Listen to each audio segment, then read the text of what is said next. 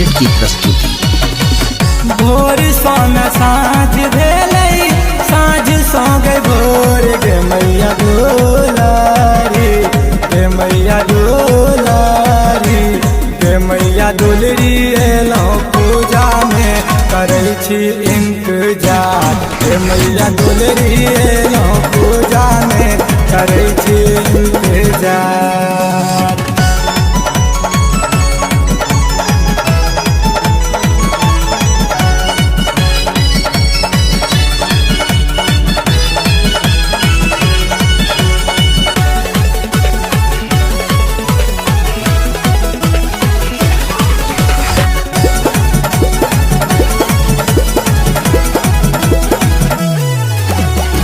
Scene गे मैं दीप जलेलौं भेलौं कि अलिलो गे तोरे आस तो कहै छी मैं बनल छै कठोर गे।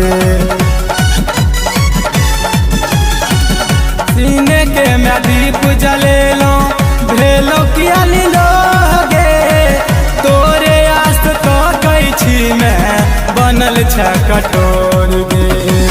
दर्शन कने दो दे मैया भेलौं हन लीलो गे मैया दुलारी गे मैया दुलारी गे मैया दुलरी एलौं पूजा में करै छी इंतजार गे मैया दुलरी एलौं पूजा में करै छी इंतजार।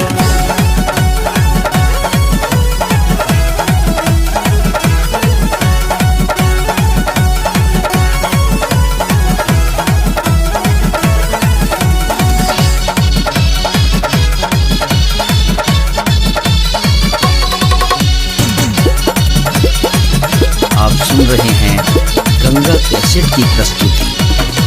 सुनै छियौ जग में मैया नाम छौ महान गे भक्त पर में ताकै छै तू बड छै बलवान गे।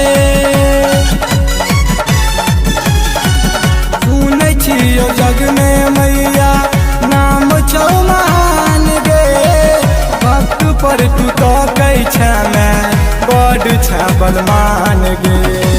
सुन ले न जागे स्वर के सुन ले न जागे स्वर के तू गे मैं पुकार गे मैया दुलारी गे मैया दुलरी एलौं पूजा में करै छी इंतजार गे मैया दुलरी एलौं पूजा में करै छी इंतजार।